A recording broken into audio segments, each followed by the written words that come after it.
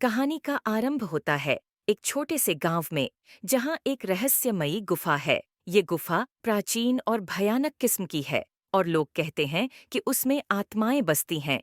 कहानी का आरंभ होता है एक छोटे से गांव में, जहां एक रहस्यमयी गुफा है। ये गुफा प्राचीन और भयानक किस्म की है और लोग कहते हैं कि उसमें आत्माएं बसती हैं।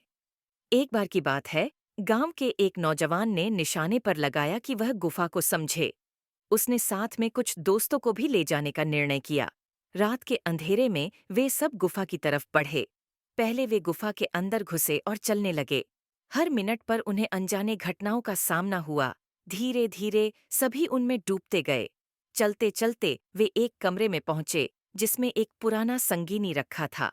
जैसे ही उन्होंने उसे छुआ, एक अजीब सी आवाज सुनाई दी। इस संगीनी के पीछे कोई राज छुपा है, एक दोस्त ने कहा। उन्होंने संगीनी को हटाया और एक छोटी सी पिटारा देखा। पिटारे के अंदर एक चिट्ठी थी।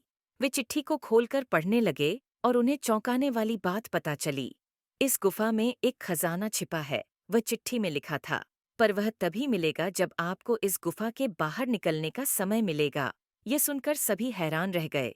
उन्होंने खजाने की तलाश शुरू की, लेकिन उन्हें कुछ नहीं मिला। धीरे धीरे वे गुफा से बाहर निकलने की तरफ बढ़े।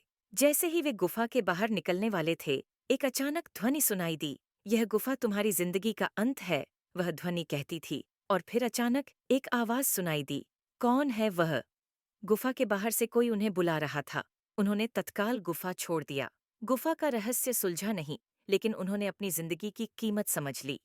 यह कहानी हमें यह सिखाती है कि रहस्यमयी चीजों के पीछे अक्सर सच्चाई छिपी होती है और हमें सच्चाई को स्वीकार करने के लिए तैयार रहना चाहिए।